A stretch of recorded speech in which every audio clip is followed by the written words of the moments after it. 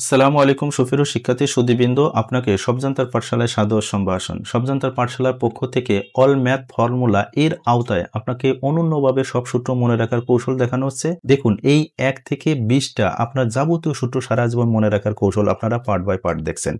আজ আপনারা এই যে সূচকের 8 পার্ট হয়ে গেছে, আজ আপনারা 9 পার্টের সূচক সম্পর্কে অন্য 2টা পদ্ধতি দেখবেন এবং এই পার্টগুলো আপনি দেখলে আপনার সূত্র সম্পর্কে আর কোনো সমস্যা হবে না এবং এই পার্টের মাধ্যমে আপনি সূত্র অনুসিদ্ধান্ত সারা জীবন মনে রাখার নয়া কৌশল অনুসারে আপনি মনে রাখতে পারবেন। সেই অনন্য ভিডিওগুলো এখানে দেখুন এবং সবার থেকে সেরা জ্ঞান আহরণ করুন। সেই প্রত্যাশা নেই আপনারা এই সূচকের পার্ট 8টি দেখুন, তাহলে সূচক সম্পর্কে আপনি সবার থেকে অনন্যভাবে জানবেন। দেখুন, এখানে এই 5টি পদ্ধতির মাধ্যমে সূচক শেখার আমি অনন্য সহজ পদ্ধতি আপনাদেরকে এখানে দেখাইছি। এই পার্টটা দেখুন, 9 দেখতে আপনার জন্য আরো ইজি হবে আশা করি। এইবার মনোযোগ দিয়ে এই পার্টটা দেখুন। আপনারা পার্ট 9 আজ জানতে পারবেন সূচকের আবশ্যক গুরুত্বপূর্ণ 2টি সূত্র ও সত্য জানুন। সূত্র 1, এই সূত্র 1 জানার আগে আপনি পড়ার নিয়মটা জানুন। দেখুন, a টু দা পাওয়ার 0 অথবা বলবেন a এর ঘাত 0, তার মানে a টু দা পাওয়ার 0, এটাকে আপনি 0 বলবেন, ডিগ্রি বলবেন না। a টু দি পাওয়ার 0 হলে 100% আপনার কি হবে? 1 হবে। এর মানে হচ্ছে a not equal 0। a not equal 0 মানে হচ্ছে যেহেতু এই দুইটার মান হচ্ছে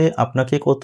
1, তার মানে a সমান সমান কখনো 0 হবে না, একই হবে। এই জন্য এখানে নট দেখানো হয়েছে। তাহলে এখানে যে কথাটা বললাম সেই কথাটা আমি এখানে আবার ব্যাখ্যা করে দিচ্ছি। দেখুন, a নট ইকুয়াল 0, এখানে মান যেহেতু 1, তাই a ইকুয়াল 0 হওয়ার কথাই নয়।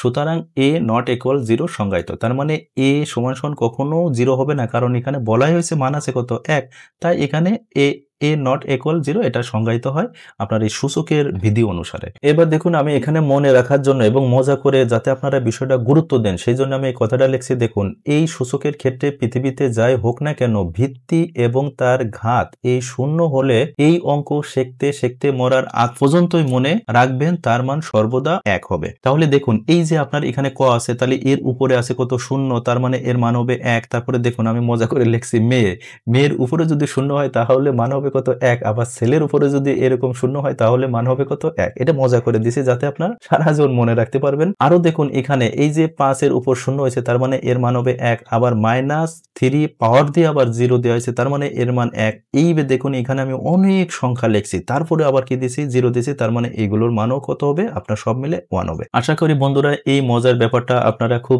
ইজি ভাবে বুঝেছেন এবং এটা সারা জীবন মনে রাখার কৌশলটা জানতে পারলেন। এবার সূত্র 2 দেখুন, a টু দি পাওয়ার -1 যদি এইরকম কোনো টু দি পাওয়ার মাইনাস থাকে তাহলে 100% লব হিসাবে আপনি 1 নেবেন, তারপরে ডিভাইডেড, তারপরে যে সংখ্যা থাকবে সেই সংখ্যা দিবেন, আর এখানে যে ভিত্তি থাকবে সেই ভিত্তিটা দিবেন। তার মানে এখানে যে সংখ্যা থাকবে সেই সংখ্যা দেখাবেন। দেখুন, a নট ইকুয়াল 0, তার মানে n এপসিলন n। এখানে দেখুন সূচকে n সংখ্যক, তার মানে মাইনাস হলে সর্বদা আপনার এই 1/n নিয়ে আসবেন। আর এই n বলতে মূলত বোঝাচ্ছে এইখানে যে সংখ্যা থাকবে সেই সংখ্যা আপনার এখানে নিয়ে আসবেন, আর এখানে যে ভিত্তি আছে সেই ভিত্তি এখানে থাকবে। তার মানে এই ভিত্তির উপরে n সংখ্যক কথাটা নিয়ে আসবেন। তার মানে এই সূত্র 2 এর মূল কথা হলো, যদি আপনার পাওয়ার মাইনাস থাকে তাহলে আপনি সবসময় 1 আপনি এই n সংখ্যক নিয়ে আসবেন। কিভাবে? এখানে দেখুন a to the power -n আছে, তার মানে আপনাকে প্রথমে লব হিসাবে 1 নিয়ে আসতে হবে। এবার ডিভাইডেড, আপনার এই যে ভিত্তি আছে ভিত্তি আপনি 1 দিয়েছেন, কিন্তু এই যে n সংখ্যক সেই সংখ্যকটা আপনি এখানে নিয়ে আসবেন। আর এখানে এই কথাটা আবার ব্যাখ্যা করা হয়েছে। এবার দেখুন, এই কথাটা আমি এই আরেকটা সংখ্যার মাধ্যমে বোঝানোর চেষ্টা করছি। একটু লক্ষ্য করুন, এখানে 2 টু দি পাওয়ার -1, তার মানে যেহেতু মাইনাস আছে তাহলে আপনি 100% লব হিসাবে 1 নিয়ে আসবেন। এবার ডিভাইডেড, এখানে যে ভিত্তি আছে ভিত্তি দেন। এই যে 1 আছে, তা যে কোনো সংখ্যার উপরে তো 1 থাকলে এটা প্রকাশ করা যায় না, তার মানে এইটা আপনি 1/2 লিখলে মানটা হয়। কিন্তু আপনাকে যদি এরম দেওয়া হয় 2 টু দি পাওয়ার -2 দেওয়া হয়, তখন আপনি কি করবেন? 100% যেহেতু এর উপর পাওয়ার -2 আছে, তাহলে আগে প্রথমে 1 লব নেবেন, আবার এরপরে আপনি কি নেবেন? এই ভিত্তি হিসাবে 2 আসলো কিন্তু, আর এখানে যে সংখ্যাটা আসলো সেই সংখ্যা আপনার এই যে এইটার উপরে আসবে। এই কথাটাই এই যে এখানে দেখানো হয়েছে যে n সংখ্যক মানে এই ভিত্তির উপরে এই সংখ্যাটা আসবে আর এই ভিত্তি a থাকবে। তাহলে আশা করি ইজি ভাবে বুঝছেন। এবার এইটা ভাঙালে কি হয়? আপনার লব হিসাবে 1 থাকলো আর এটা 2 দুগুণে কত হয়? 4 হয়। তার মানে এই সংখ্যা ভাঙালে আপনার 1/4 হয়। আশা করি ইজি ভাবে বুঝছেন। শুধু এটা না, যে কোনো সংখ্যা হোক না কেন, যদি আপনার মনে করেন যে এই 3 উপর দেওয়া হলো, আপনার মনে করেন যে 3 দেওয়া আছে, তাহলে আপনার কি করতে হবে? ফার্স্ট হলো লব হিসাবে 1 নিয়ে আসবেন, তারপরে ভিত্তি হিসাবে কত নেবেন? এখানে 3 নেবেন। এই যে n সংখ্যক, এই সংখ্যাটা এই ভিত্তির উপরে আপনি বসাবেন। তার মানে এটাকে ভাগ করলে কত হয় আপনারা বলুন? তার মানে এখানে লব হিসাবে 1 থাকবে, তাহলে 3 3 9, 3 নং কত হচ্ছে? 3 নং 27। তাহলে এই 27 আপনার এইটার মান হচ্ছে আপনার এই 1/27। আশা করি ইজি ইজিভাবে বুঝছেন এবং এইভাবে তাহলে সূচকটা আপনারা এইভাবে বের করবেন। এবার দেখুন সূচকের দুইটা সত্য দেখুন, এক নম্বরে বলা হয়েছে অর্থাৎ a গ্রেটার দ্যান 0, তার মানে হচ্ছে a নট ইকুয়াল 1, এটা হলো শর্ত সূত্র অনুসারে। তার মানে এই 0 থেকে এটা হইতে পারে অসংখ্য সংখ্যা হইতে পারে, এই জন্য আপনি কখনো এই a নট ইকুয়াল 1 তার মানে a সমান সমান কখনো 1 হইতে পারে না, অন্য কিছু হইতে পারে, এইটা আপনি মনে রাখবেন সূচকের শর্ত অনুসারে। তাহলে এই সূচকের সত্যটা দেখুন এখানে সত্য হিসেবে কি দেওয়া আছে, আপনার ভিত্তি a দেওয়া আছে, আবার এখানে ভিত্তি a দেওয়া আছে, কিন্তু ঘাত এখানে x আছে, এখানে কি আছে y আছে। এই কথাটা আমি এখানে সুন্দর করে ব্যাখ্যা করে দিছি। দেখুন সমীকরণের উভয় পাশে ভিত্তি একই থাকলে, তাহলে এখানে ভিত্তি একই আছে উভয় পাশে, মূল কথা এটা, ভিত্তি বাদ দিয়ে ঘাত লিখতে হয়। তাহলে দেখুন একই ভিত্তি থাকলে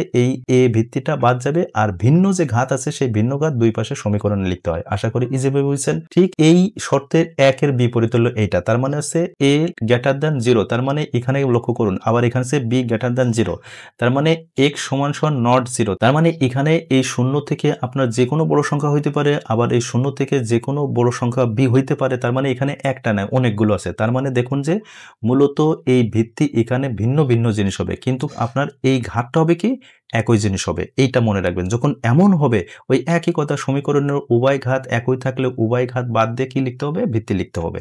তাহলে দেখুন এইখানে ভিত্তি আছে আলাদা, এখানে ভিত্তি আছে আলাদা, তাহলে ভিত্তি আলাদা উভয় পাশে লিখবেন। আর সমীকরণের ঘাত যেহেতু দুটাই এক আছে, তাহলে এই সূচকের শর্ত অনুসারে দুইটা ঘাতই একই থাকলে বাদ দেওয়া যায়। তাহলে সুপ্রিয় বন্ধুরা আশা করি এটা ইজিভাবে বুঝছেন। তাহলে আর যদি না বুঝেন দয়া করে এই কথাগুলো আরেকবার ভিডিওটা দেখুন। তাহলে সুপ্রিয় বন্ধুরা আশা করি এই পার্টটা আপনারা সুন্দরভাবে বুঝেছেন, এবং এই পার্টের মজার এই তথ্যগুলো আপনার কেমন লাগছে দয়া করে কমেন্টে জানান। আর সুপ্রিয় বন্ধুরা এই পার্টগুলো অনন্যভাবে প্রতি পার্টটা আপনাদেরকে হাতে কলমে বোঝানোর চেষ্টা আমরা করছি। দয়া করে আমাদের এই ইউটিউব চ্যানেলের সব এবং ফেসবুক পেজের সব ভিডিওগুলো দেখুন, এবং সবার থেকে সেরা পদ্ধতিতে আপনি এই সূত্রগুলো সারা জীবন মনে রাখার কৌশল জানুন। সুপ্রিয় বন্ধুরা আর যারা আমাদের এই সবজান্তার পাঠশালা ইউটিউব চ্যানেল থেকে দেখছেন দয়া করে এই চ্যানেলটি সাবস্ক্রাইব এবং অল বাটন প্রেস করে রাখুন। আর যারা ফেসবুক পেজ থেকে দেখছেন দয়া করে আমাদের এই পেজটি লাইক ফলো শেয়ার করে আমাদের সাথেই থাকুন। সুপ্রিয় বন্ধুরা আপনারা নিজে এই ভিডিওগুলো দেখুন এবং এই ভিডিওটা আপনি শেয়ার করে দিন, যাতে অন্য একজন আপনার এই শেয়ারের মাধ্যমে দেখে উপকার লাভ করে, সেই প্রত্যাশা রাখি, এবং আপনার জ্ঞান উত্তরোত্তর বৃদ্ধি হোক সেই প্রত্যাশা রেখে শেষ করছে। আপনারা সুস্থ ভালো থাকুন। আল্লাহ হাফেজ।